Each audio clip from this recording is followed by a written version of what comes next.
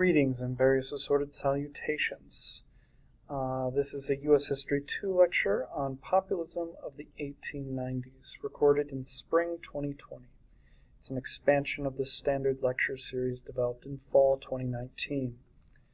Now, this is a rather brief, if a bit imperfect, introduction to the populist movement of the later portion of the long 19th century in the United States of America. Now, the populists of the 1890s are very different from what we think of populism nowadays. When we talk about 1890s populism, we're referring to rural, agricultural people, mostly on the Great Plains and western states. There were some in the South as well. We're talking about places like the great state of South Dakota. There's Kansas, Nebraska, Idaho, Nevada, Colorado. And those are just some of the notables. Now, these states are going to be a bit different from the industrializing, the urbanizing locales back east, like New York City, Pittsburgh, Boston, Chicago. The populists, they came from the farm, and they were still out there. They weren't part of the urbanizing trend. Usually they were farmers, and they drew support from a political movement called Populism. And originally, a lot of them started off as alliances of farmers coming together to address their needs. Now, while rural America really benefited from the hungry growing cities back east, they also got to suffer some of the dark underbelly of the Industrial Revolution and its unrestricted capitalism. And so what emerges as time goes throughout the Industrial Revolution is farmers begin to have grievances over a variety of things. One of the things they have grievances over is railroads.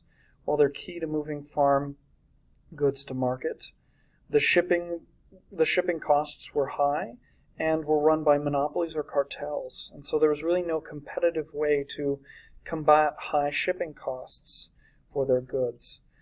Additionally, to make this harder to pay for, you had low crop prices. And so the amount of goods that farmers were growing, whether it was wheat or corn or anything else, they just weren't getting a lot of money for it. And combine that with shipping and handling costs, it was getting expensive to just break even.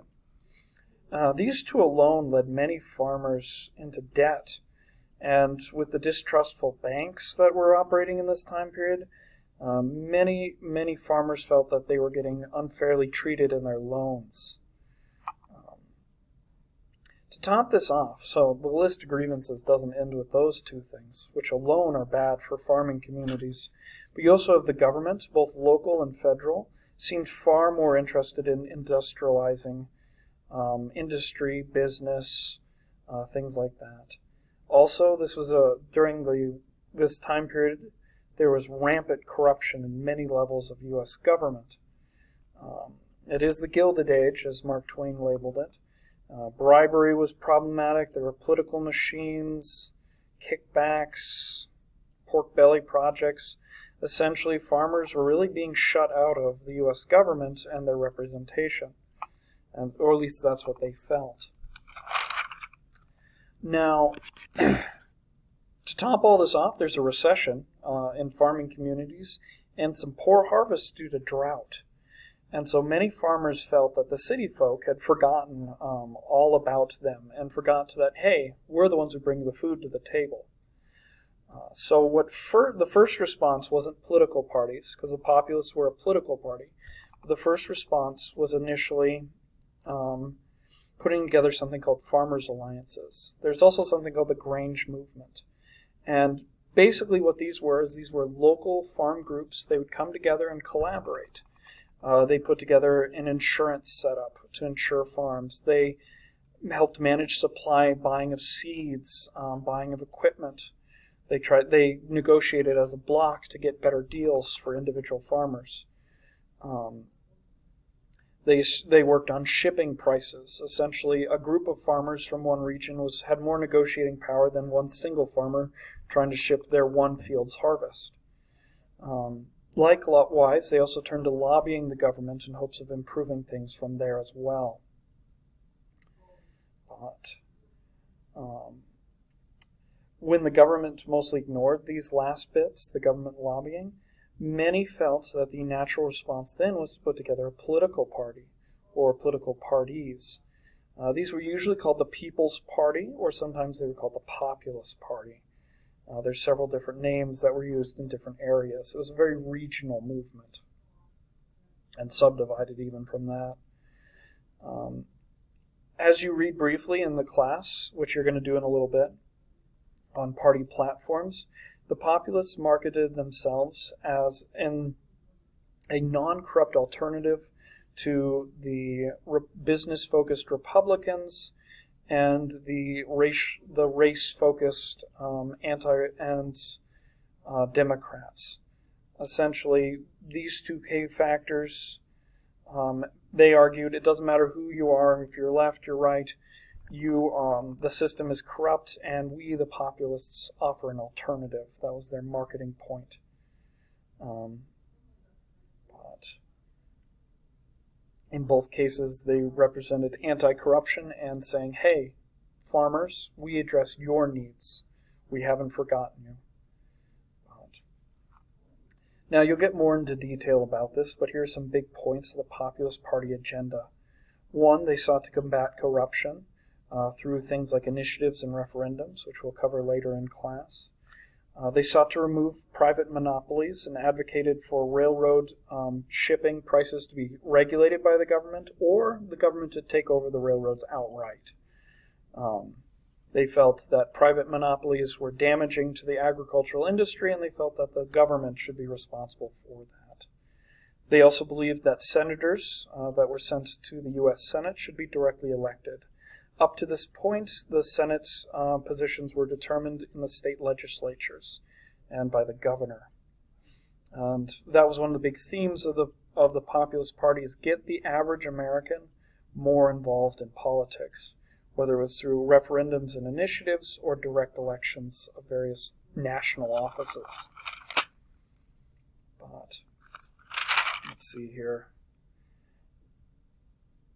Now, what we see happen is the populists will see a lot of localized success at the state level. In fact, later on in the next unit, I believe, we'll look at South Dakota populism, which had remarkable success. However, the populists mostly were unsuccessful. They were just not able to bring urban industrial interests in, so they just didn't bring in urban populations, which is where a lot of the voter base would have been. And in the South, populists were split. Even though there were African-American farmers and white farmers, and they had the same problems because droughts don't discriminate, they weren't often able to come together to make any real powerful voting bloc to address the needs of farmers. It was still racial division in the South that divided them. But additionally, the reason why this introduction is necessary is the populists and their efforts are mostly forgotten.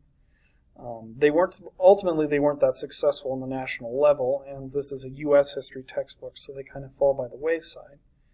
But many of their ideas are going to be brought up in the progressive era. Essentially, a lot of their ideas, such as referendums and initiatives, the direct election of senators, are going to be brought up and successful to some degree in the era that follows. But the populists, while they came up with a lot of good ideas and a lot of other ideas, most of their ideas were not executed by the populists themselves. Now, in class, what y'all will be doing is reading some primary sources and secondary sources. You're going to look at the party platform of the populists to get a real understanding of what they were in their own words.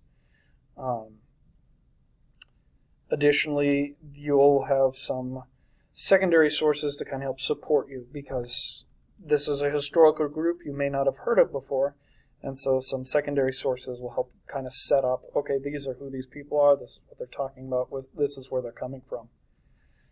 Later on, as I mentioned, we'll look at South Dakota populism, which is important because if you live in South Dakota, populist ideas like initiatives and referendums, they're part of this state.